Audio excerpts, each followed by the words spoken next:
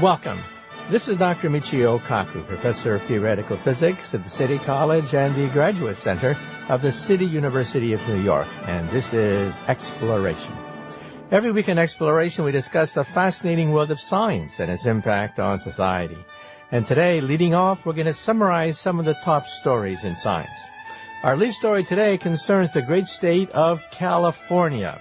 Yes, the people of California are in for a big shot because for the first time in history, scientists have been able to quantify the risks to Los Angeles, and the numbers are awful and frightening. We're talking about the fact that science tells us that the people of LA are overdue, 60 years overdue for the next big one. And in some sense, the people of California are literally living on borrowed time. And then we're going to go into outer space. As we mentioned before, there are two groups that have announced that they will send people to Mars. We have Boeing on one hand with the SLS booster rocket, and on the other hand, we have Elon Musk with SpaceX and the Falcon rocket. And now, a third person has jumped into the fray. Jeff Bezos, the owner of Amazon.com and also the Washington Post, he has jumped into the game with Blue Origin, saying the moon.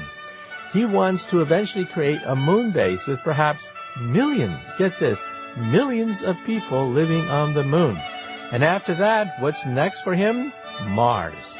So definitely we could have a traffic jam over Mars. And so this means that private enterprise, rather than government finance, tax finance initiatives, private enterprise is now leading the exploration of outer space. And then we're going to say something about the medical front. It turns out that sickle cell anemia is a horrible disease. It afflicts 90,000 people in the United States, many of them African Americans. It's caused by a single typo in our DNA, but it causes pain, strokes, organ damage, and even possibly death. And for the first time in history, a group in France has stated that they've had success with gene therapy. This elusive branch of science called gene therapy is beginning to show some of its first successes, in this case against sickle cell anemia. We should also point out that other targets include cystic fibrosis, which affects mainly Europeans, and also Tay-Sachs, which affects Jewish people. And so there are a lot of hopes for gene therapy. Well, let's just jump right into some of the top stories in science of the past week. First of all, leading off, we have very bad news for the people of California. You know, I was born in California. I was born just about 10 miles from the San Andreas Fault.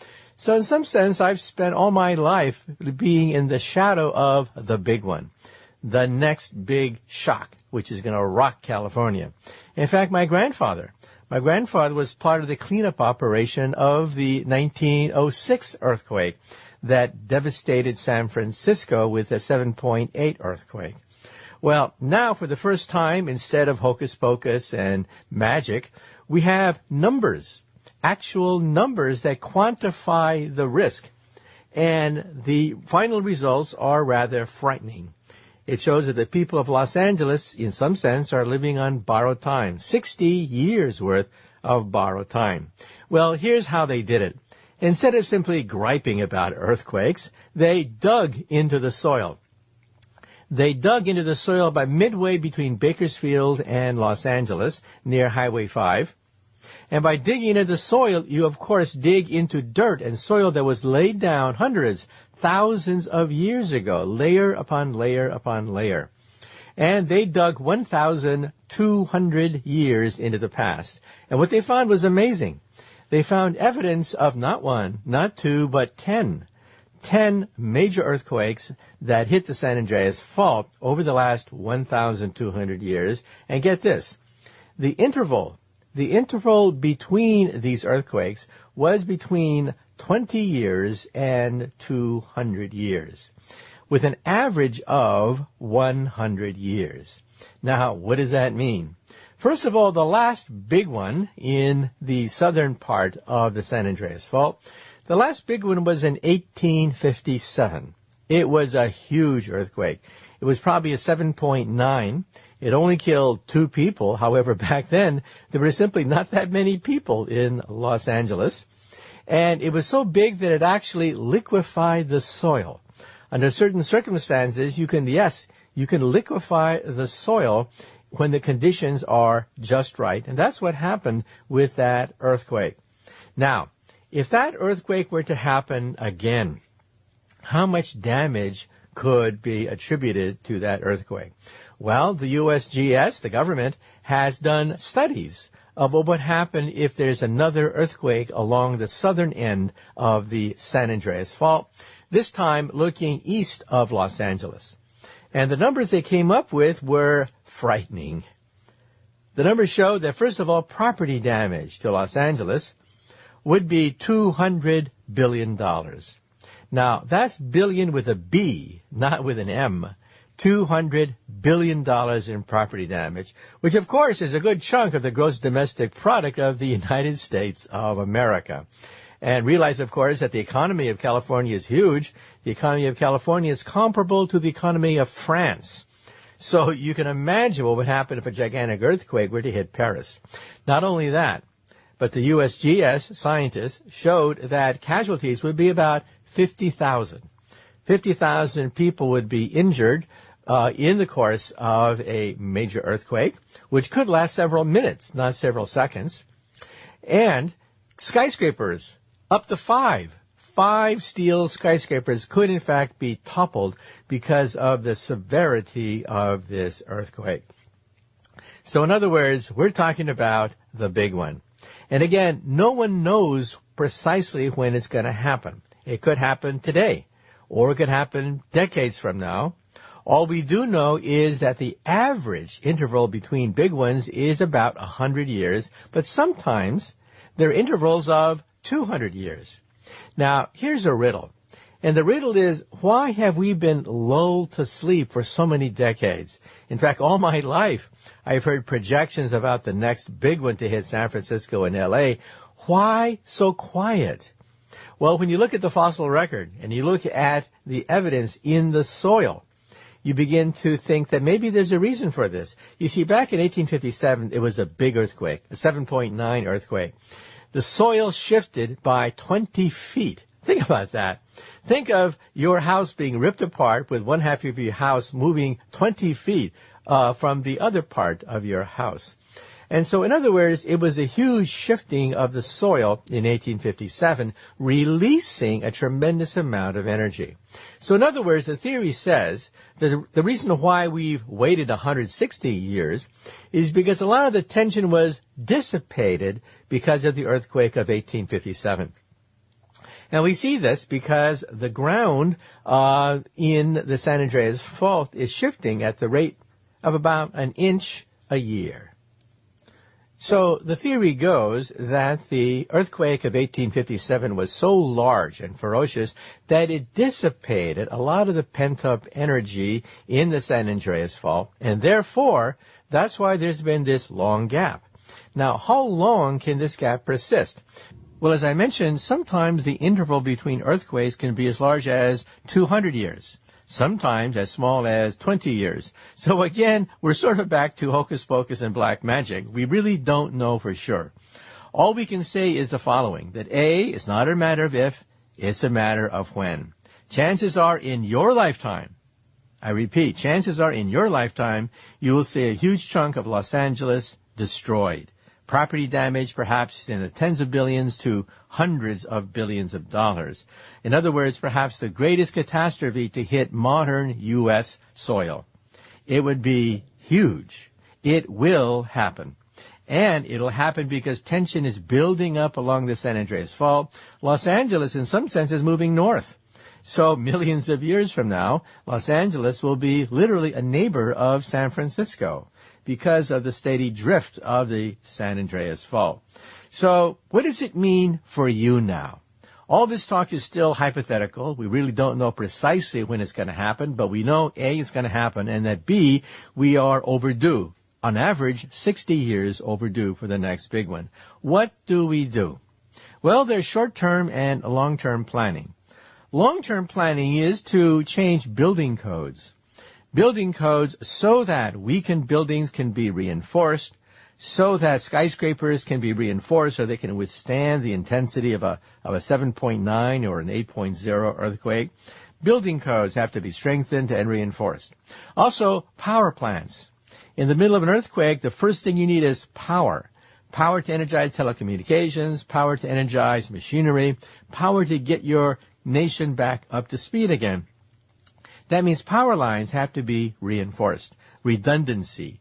We have to make sure that the cables are functioning correctly and that there are backup cables. Same thing with transportation. Even though Highway 5 may be completely destroyed in the process, we have to make sure that alternative methods to bridge the gap in a severed Highway 5 are put into place as soon as possible. Now, what about short-term?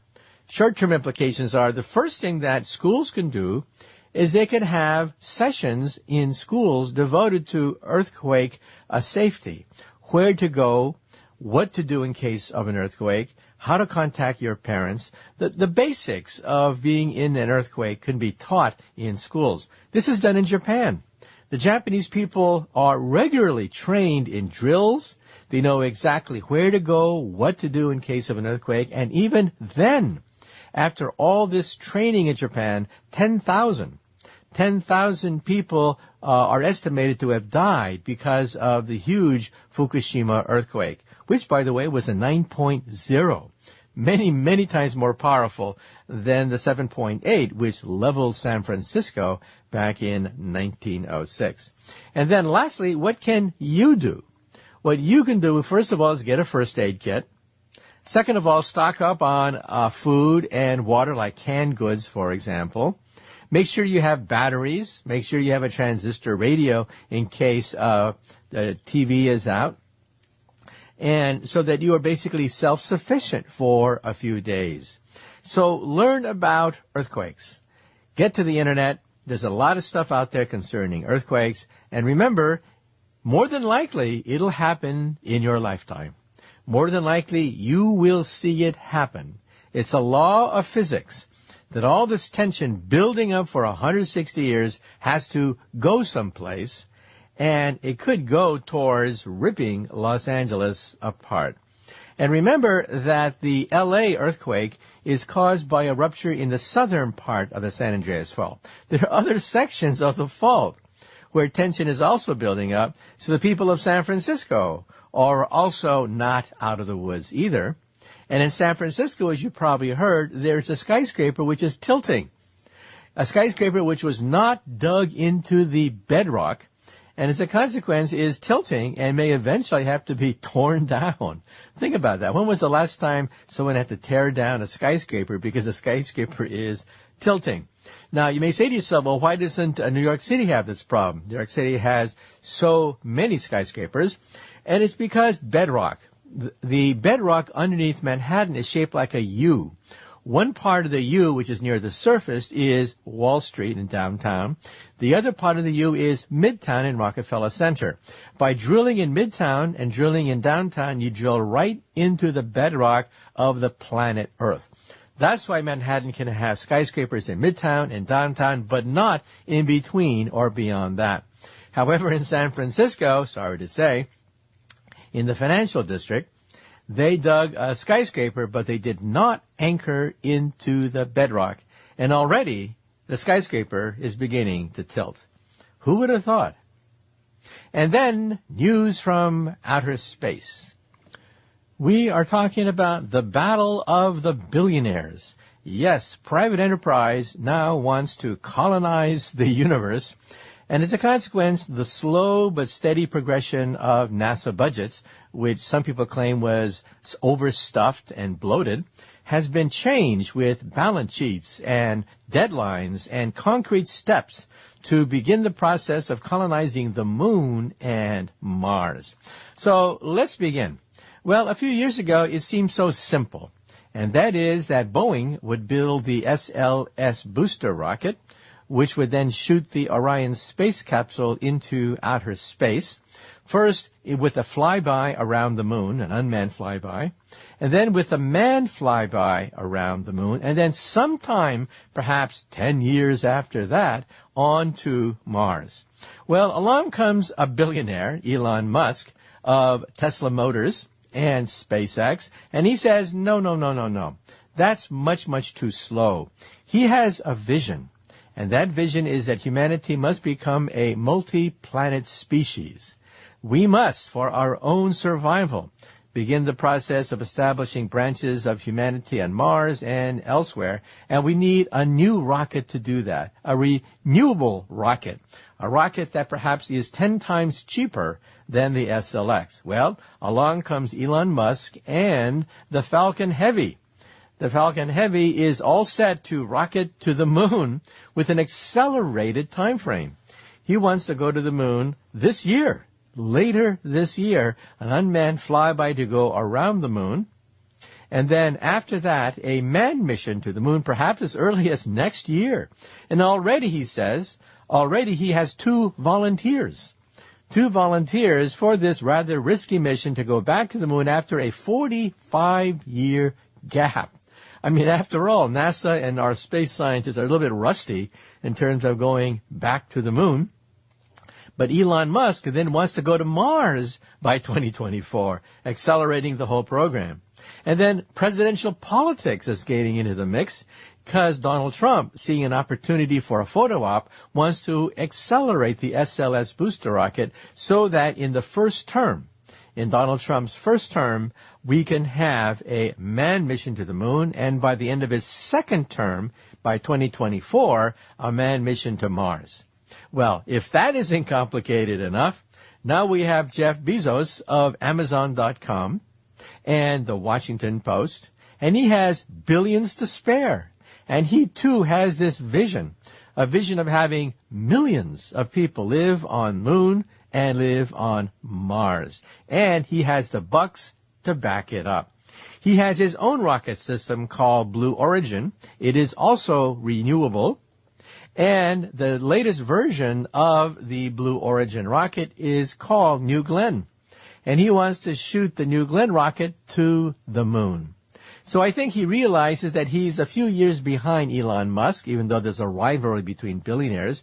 So he wants to go to the moon, to create a permanent moon base on the moon. And then, of course, once he gets more experience, then on to Mars.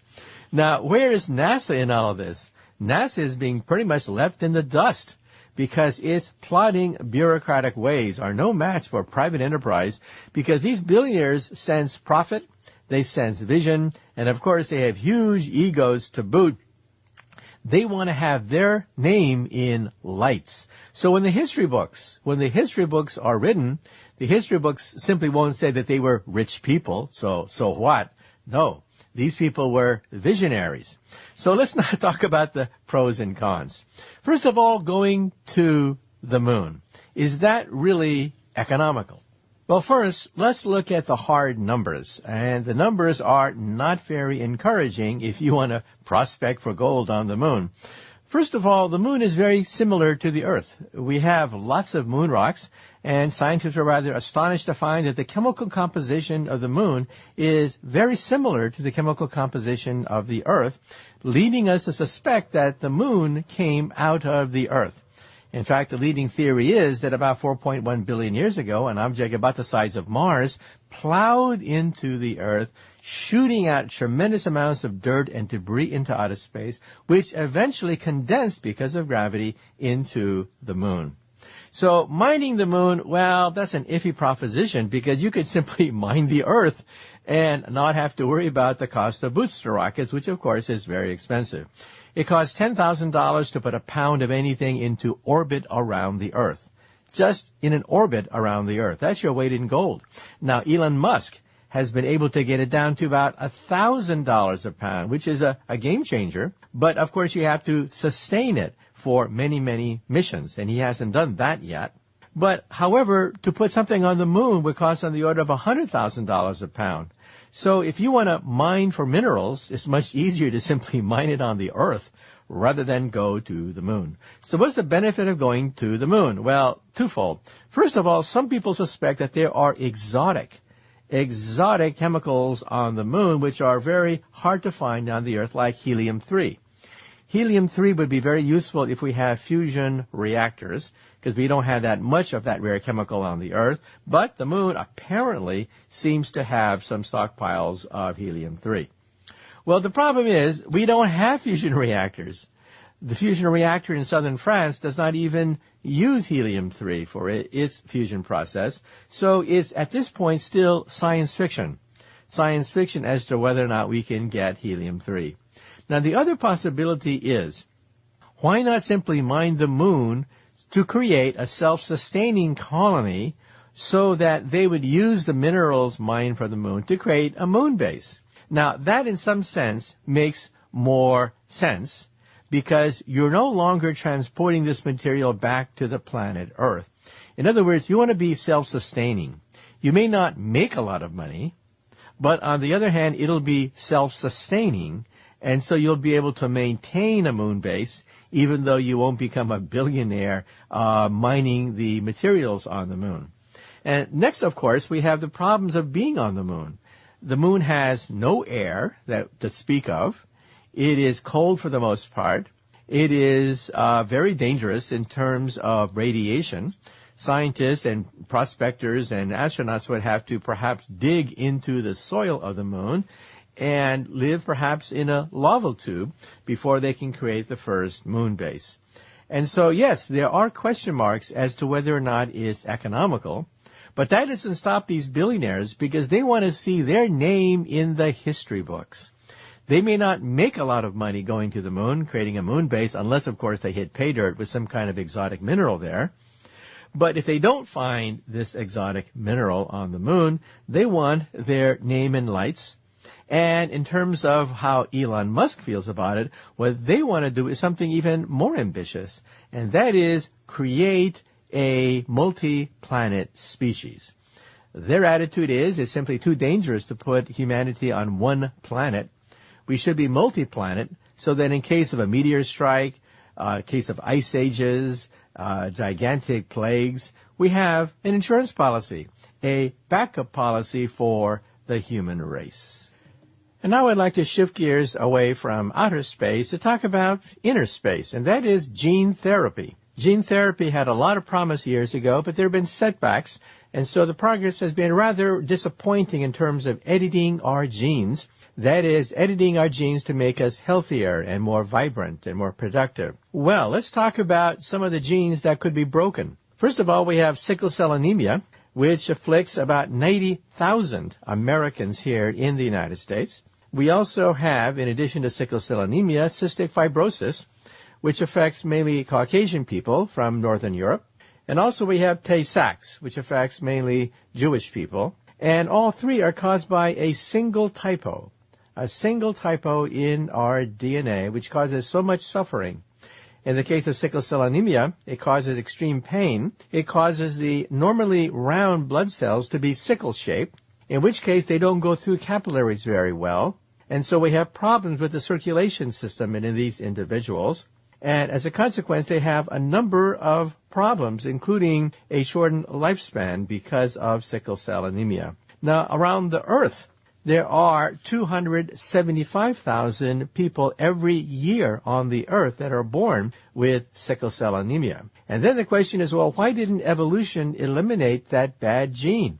Well, it turns out that that gene is partially useful against malaria, which is one of the problems, of course, in Africa. But here in the United States, we don't have malaria, but we do have sickle cell anemia, which can cause strokes, organ damage, and extreme pain. Well, what's the cure? Well, there is no one cure right now. However, stem cell transplants are effective only in 1 in 5 individuals who have a matching donor. And this is where gene therapy comes in. Why not simply edit out that one typographical error in our DNA? Well, that's what they did in France at the Necker Children's Hospital in Paris. There was a young boy who was 13 years old when he began the study. Now he's 15 years old, 2 years later. And now, and this is the good news, 50% of his blood cells now have a normal shape. And this is done without transfusions. This boy is now off all medication. Now, it's not a complete cure. We only have 50% of his blood cells that have a normal shape. But in the annals of gene therapy, this is huge. because before we couldn't even come close to that number. Now, of course, because of this success, other groups are hard at work. For example, 6 others are being treated in the United States using similar methods that were pioneered in Paris. Also at UCLA and Cincinnati Children's Hospital, they too have groups working with a slightly different technique. And then in the future, Harvard and Boston Children's Hospital are also going to be jumping into the game. And so this could be big. It could mean that we're having a breakthrough in terms of gene therapy. Now, what was the problem with gene therapy? Well, years ago, there was a young boy in Pennsylvania, the University of Pennsylvania, who died as a consequence of gene therapy, because in order to insert that correct gene, to correct that typographical error, scientists use viruses. Viruses are excellent at incorporating their DNA into our cells because, of course, that's what viruses do. That's how you get infected. So why not infect a person with the good gene rather than the bad gene? Well, of course, you have to strip away all the genes of the virus which are harmful. However, some of the genes still persist. And so when you inject the virus with the good gene in it, it is not quite totally harmless. The body's immune system reacts to it, and sometimes the body's immune system is so efficient it kills the good virus. And so that's the problem. The problem is we can take a virus, strip away most of the bad genes, put the good gene in it so that it would infect cells with the good gene, but the problem is the body's own immune system attacks the virus. Well, that's one of several hurdles that have to be overcome for scientists who want to push forward gene therapy. But think about it. If this success can be duplicated in other hospitals, and if it can be made into a complete success, not just a 50% success, it has applications across the board. Like I said, Northern Europeans are afflicted with cystic fibrosis. Jewish people have Tay-Sachs. And it would mean a new chapter in medicine could be opened up. Now, already, gene therapy is being used against certain forms of cancer. Here it's been, of course, less successful, but ultimately, gene therapy may be the way to cure cancer.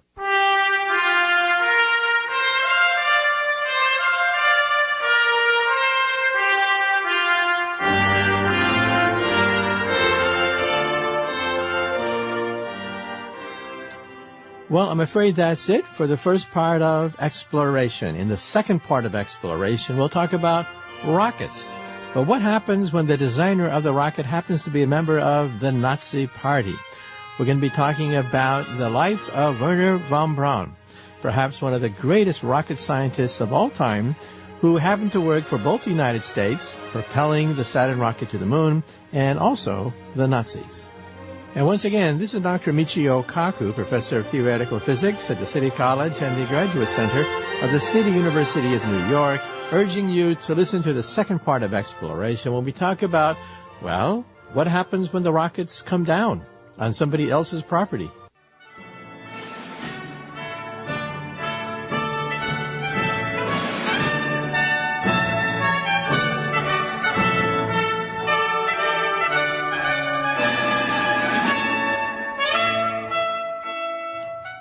Welcome.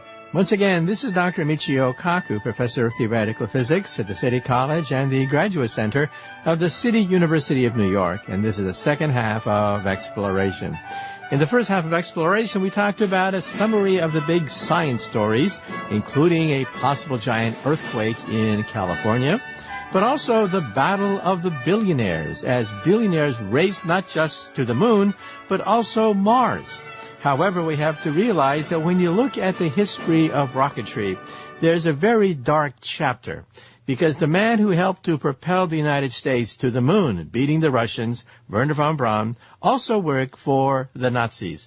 And so the song goes that Wernher von Braun was only concerned when the rockets went up, and he was not so concerned where the rockets came down. Well, with us today is Michael Neufeld, author of a biography of Wernher von Braun. Wernher von Braun, perhaps one of the greatest rocket scientists of all time, but a man who had looked the other way when we're talking about the atrocities of the Nazi government. And so with us today, once again, is Michael Neufeld. We're talking about Wernher von Braun, the greatest rocket scientist of all time, and his interesting past. And now I'd like to introduce our special guest for today. We're very delighted to have with us Michael Neufeld. He's the chair of the Space History Division of the Smithsonian's National Air and Space Museum. And he's the author of an exciting book. It's a huge book. It's perhaps the definitive biography of one of the pioneers in the exploration of outer space, Wernher von Braun. If you are a baby boomer, you probably were mesmerized by the image of this handsome scientist pointing the way to the stars with Walt Disney, saying, "On to the moon." And, of course, he was successful that in his lifetime, he saw his childhood dream come true when he was responsible, in part, for putting several men on the moon. So once again, our special guest is Michael J. Neufeld of the Smithsonian Museum. The book is titled Von Braun, Dreamer of Space, Engineer of War, and it's also a book that forces us to confront the fact that how do we deal with scientists who work closely with the Nazis? So why rocketry? Rockets were thought to be the stuff of science fiction and toys. Why did he seize on rocketry? You know, it was right in the 1920s that the space movement took off for the first time and reached the general public. It was because of several theoreticians. One of them was Robert Goddard in the United States. Another was Konstantin Tsiolkovsky in Russia. And then in the German-speaking world, Hermann Oberth. And in 1925 or the beginning of 1926, he already enthused by astronomy, got a hold of Oberth's rocket treatise, the rocket in interplanetary space. And even though he couldn't understand it because it was all full of mathematical formulae, he was extremely excited about the idea that you could actually travel there. Okay, now very soon he becomes head of the rocket program for the government. Exactly how was the transition done? Here we had this young kid getting interested in engineering and rocketry, and all of a sudden he becomes a pro. What happened? Well, it's an interesting thing. Of course, it takes a number of years here, about 6 or 8 years from the time that he discovers Oberth. You know, he goes to boarding school. His math grades, which were terrible, become much better because all of a sudden he's motivated in math and science and becomes a kind of prodigy. He graduates early in 1930 from high school, goes into engineering school in Berlin. And at the same time, he was a member of the early Rocket Society in Germany, and they built a rocket center in Berlin. And this so-called Raketenflugplatz, this rocket club in Berlin, was beginning to experiment with rockets after 1930. And in 1932, the Army, which had already been watching this, got interested again in the rocket as a weapon. The rocket, maybe the liquid fuel rocket that these clubs were developing might actually be useful for a long-range weapon. Now, 1933 is the pivotal year where Hitler takes over, which changed everything. So how did von Braun deal with the Nazi regime? Well, you know, von Braun at first almost, as he says, paid almost no attention to this change of power, except for the fact that his father lost his job, because in fact his father had been the Minister of Agriculture for the German Reich in the last two very right-wing cabinets before the Nazis came to power, and was out of a job on the day that Hitler became chancellor. So the Nazis came to power, and they very rapidly destroyed the Weimar democratic system and established a dictatorship. But he wasn't that interested in all that, and in any case, you know, pretty rapidly they began funding the Army better and better, so more money came towards him and came towards this little rocket program. At that time, it was just a couple of people, including himself. Okay, and then what happened in the 30s as more and more money came available, and which led to the development of the V-1 and the V-2 rocket? Well, in the 1930s, more and more money was given to rearmament, and there were people in the Army, notably General Becker, who became the head of the Army Ordnance Department, who was extremely interested in the long-range weapon, and the rocket, what we now call ballistic missile, was an exotic long-range possibility. And so he began putting more and more money into rocket development. That led in 1937 to the founding of a new rocket center at Peenemünde on the Baltic Sea, and von Braun, who'd already built up a liquid fuel rocket program, then became the technical director of this rocket research station on the Baltic. And how old was he when he assumed the head of this rocket program? He was 25 years old. He wasn't the head. He was a technical director, and the head was a military officer always. But he always was the technical head of this rocket development, and he worked for the Army. But the rocket station was actually a collaborative effort between the Air Force and the Army. And he was the head of the Army side, which went on to develop what was later called the V-2. That was the ballistic missile. They called it the A-4. It was the fourth one in their series, which became the weapon deployed at the end of the war. The V-1 was actually a completely separate weapon that he did not develop. That was a cruise missile.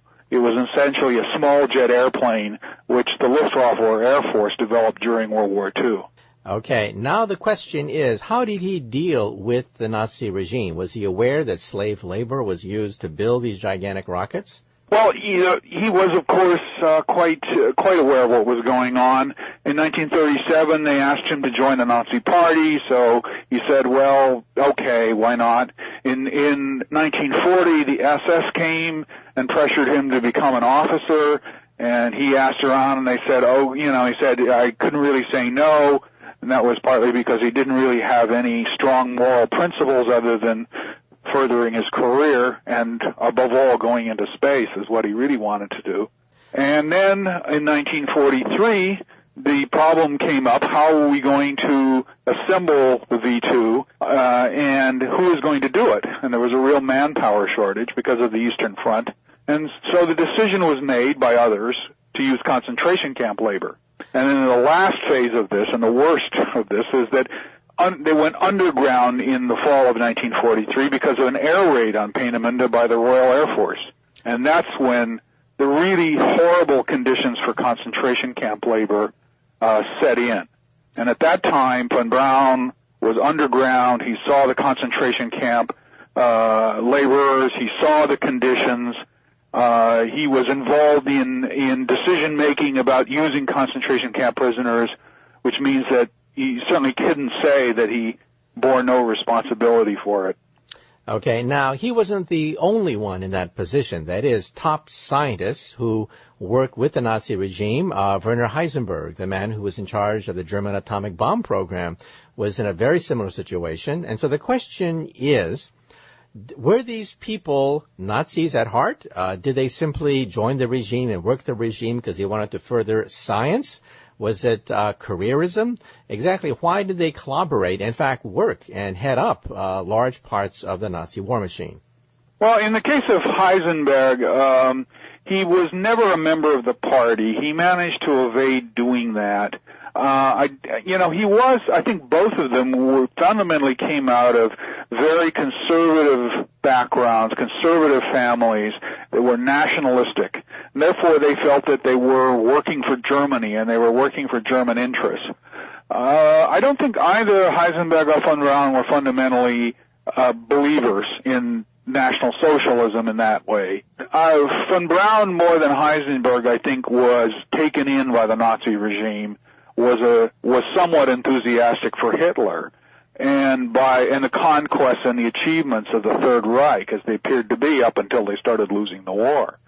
So, of the two, I would rate von Braun as probably being closer to the Nazi regime than Heisenberg, and also bearing much more responsibility, because in fact Heisenberg never headed up an A-bomb program as such, because there never really was an A-bomb program. He was just one of the key scientific leaders of a small scientific group. Von Braun was the head of thousands of people in the middle of the war. He took a major personal responsibility. Okay, now let's talk about the engineering feat. You mentioned Robert Goddard, who built these little putt-putt rockets. Some call them almost like toys, built on liquid-fueled propulsion systems. And von Braun takes this little Goddard rocket, only a few feet long, and builds Vengeance 2. Vengeance 2 is the rocket that brought London almost to its knees. So let's talk about the engineering challenges and the successes of von Braun. Well, of course, the V-2 was an enormous engineering achievement, and I must say that the oft-told story in the United States that he got his technology from Goddard is simply not true. He knew very little about what Goddard was doing, and because Goddard was extremely secretive. And in fact, it essentially was an independent line of development that came from Hermann Oberth, and through the German rocket clubs, it led to the development of this liquid fuel rocket technology. And the main challenges were, number one, just building a rocket engine much bigger than anything built before. Number two was the supersonic aerodynamics of a projectile that was going to travel at Mach 4 or 5. And finally, the hardest problem was the guidance and control, trying to guide this ballistic missile over a range of about 200 miles and hit something. And you know, as it turned out, one of its main targets was London, and another was Antwerp after Belgium was liberated in the fall of 44. Those two cities were, you know, essentially shelled by the V-2 in the fall of 44 and the first 3 months of 45. And they did have a local effect of, you know, they were demoralizing in some ways to the local residents. But in terms of effectiveness, I would actually rate them as quite ineffective. It was much more efficient to use a 4-engine bomber to drop plain old gravity bombs than it was to expend the huge resources on the V-2 as a way to convey what was actually only a 1-ton high-explosive warhead. And some people say that the V-2 rocket was not guided very well. They simply pointed it and hoped and prayed that its guidance system would place its warhead on the streets of London. Well, in fact, the V-2 had a very sophisticated guidance system for 1944-45. It was an inertial guidance system using gyroscopic controls, using a tilt mechanism where it goes from vertical over the 45 degrees. And some versions had radio control to try to lessen the dispersion from left to right on the trajectory. But the reality was that the technology just wasn't there. So in spite of all that sophistication, the thing could barely hit a huge urban area like London or Antwerp. Okay, now let's talk about 1945 and 46 with the collapse of the Third Reich. What did Wernher von Braun do as Russian and American troops began to converge onto Berlin? You know, von Braun wanted to get away, and in particular, he wanted to surrender to the U.S. Army. And when he looked at the options of the Allied powers, it was clear that they wanted to get away from Stalin's Soviet Union. And Britain and France did not have the money to fund a big rocket program. And he dreamed still of going into space. Personally, he wanted to travel into space. He wanted to land on the moon. And the United States was his best hope for doing that. So he tried to put himself in the path of the U.S. Army. And in fact, he really wasn't in his power. It was mostly because of the orders of an SS general who kept moving his group around that he was lucky enough to be in a place that was overrun by the U.S. Army. And indeed, at the beginning of May 45, he surrendered to the U.S. Army. And there's something called Operation Paperclip, in which case Nazi scientists were brought to the United States. So what was the official attitude of the United States toward captured German scientists? Well, when von Braun surrendered, along with several other key members, including his military commander, General Dornberger, you know, the U.S. Army officers and scientists and engineers connected to the U.S. defense became very interested in the possibility of using the German rocketeers in the States, of importing their experience, importing their technology. And of course, it was not the only group they were interested in. They were interested in all leading scientific and engineering fields that the Nazis had invested in and had some advantages in. And so that led to a secret program to import German scientists and engineers and technicians into the United States, called Project Overcast, which was renamed Project Paperclip in 1946. And Paperclip brought over about 1,000 engineers, scientists, and technicians, and about 1/8 of those, about 125, were von Braun's group. And also, you mentioned in your book the fact that around this time he gets married to a first cousin. Could you elaborate? Right. He was overseas. It was already overseas in the United States since actually September 1945. He was living in Fort Bliss outside El Paso, Texas, which is where his group was. His 120-some Germans lived for about 4 years until 1950. And he had girlfriends before, many, because he was extremely handsome, extremely charismatic. He had actually tried to marry somebody in Germany in 1943, and that fell through.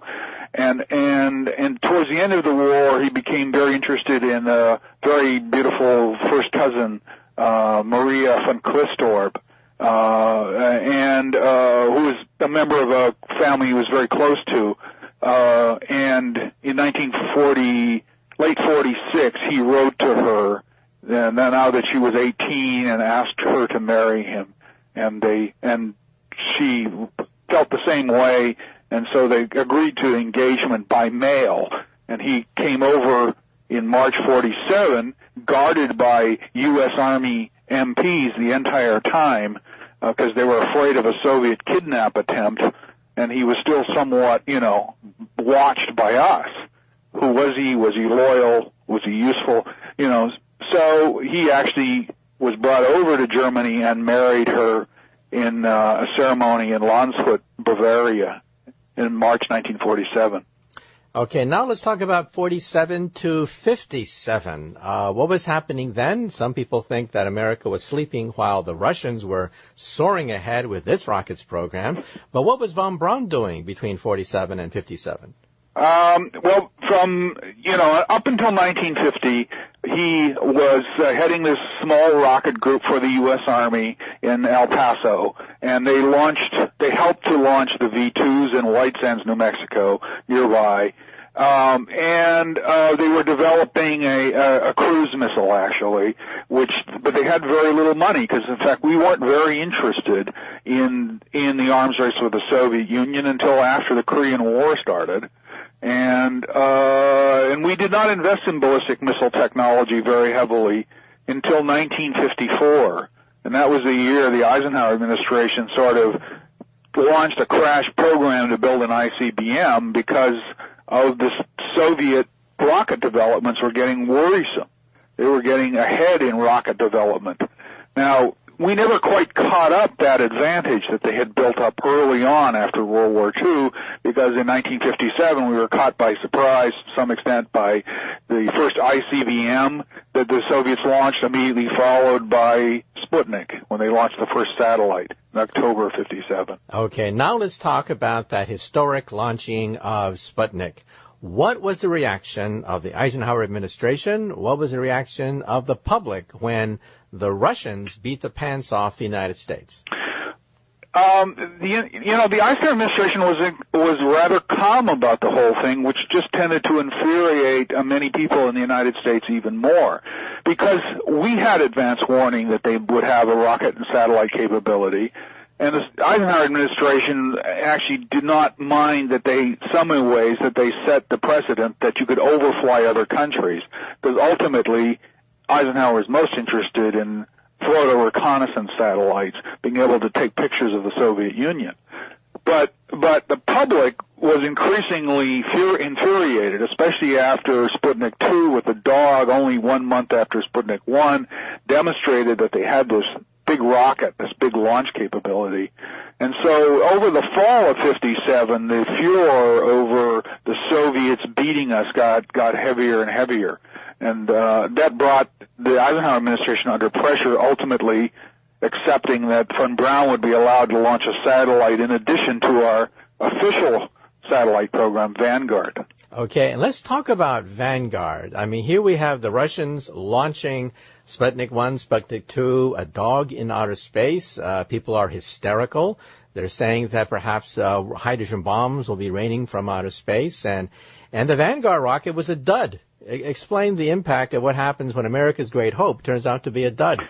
Well, the Vanguard program ultimately succeeded in launching satellites, so in 58 and 59, but of course it was an enormous embarrassment on December 6, 1957, when, after 2 Soviet successes, the first Vanguard launch failed miserably on national television, went up 4 inches, cut off, fell back, and blew up.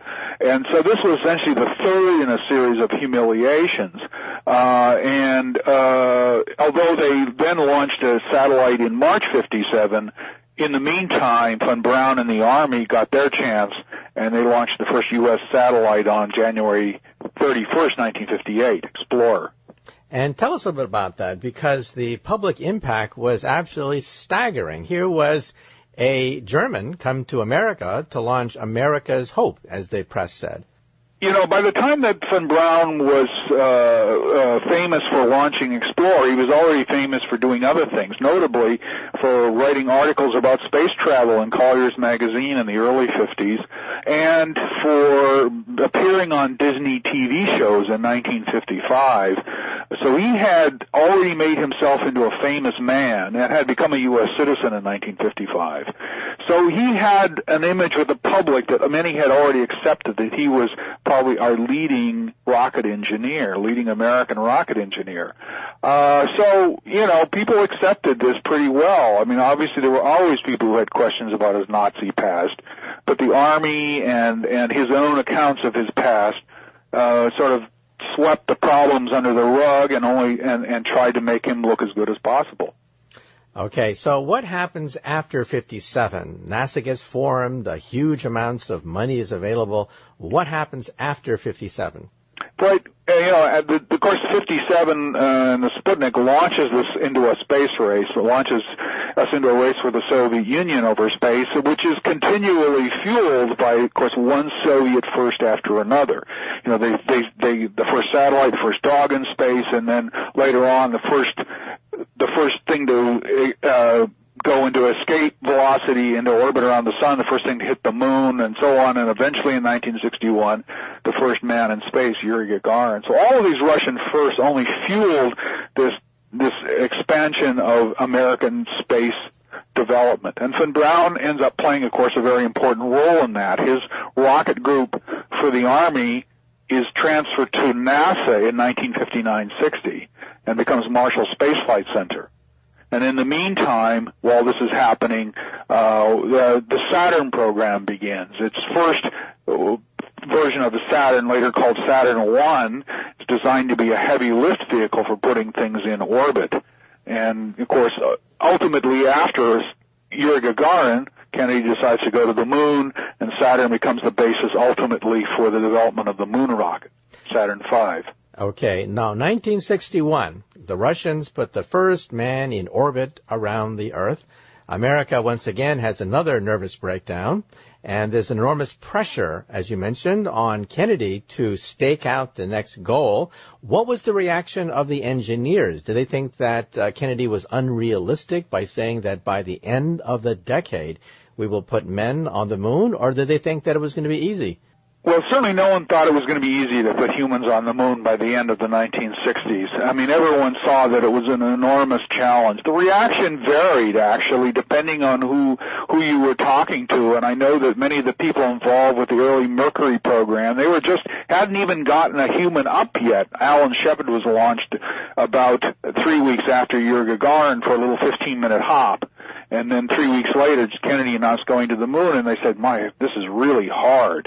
Von Braun, on the other hand, having spent his lifetime promoting the idea of space travel and actually having been part of the behind-the-scenes discussions about how to respond with Vice President Lyndon Johnson, basically was the one who told Johnson, we can build a rocket to land on the moon probably about as fast as they can. We have a very good chance of beating them to a landing on the moon.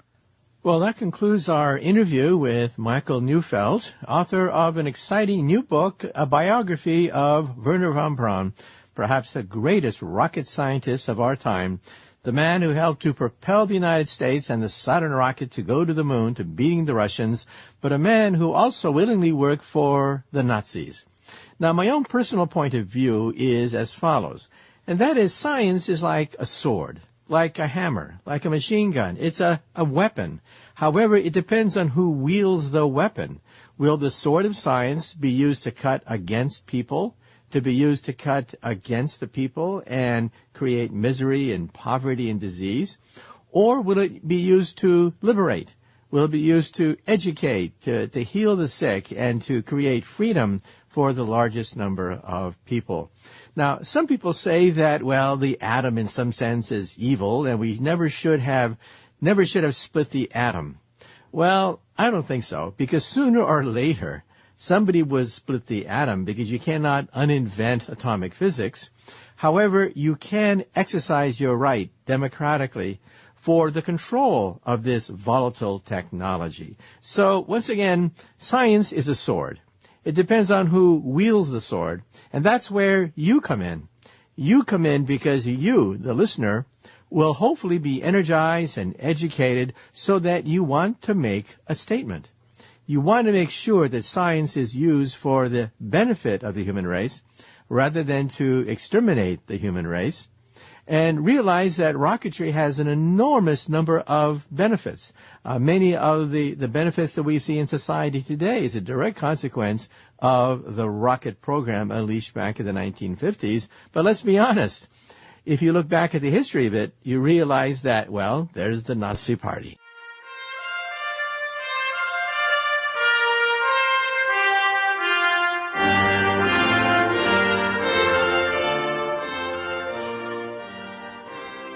Well, I'm afraid that's it for exploration. Good day.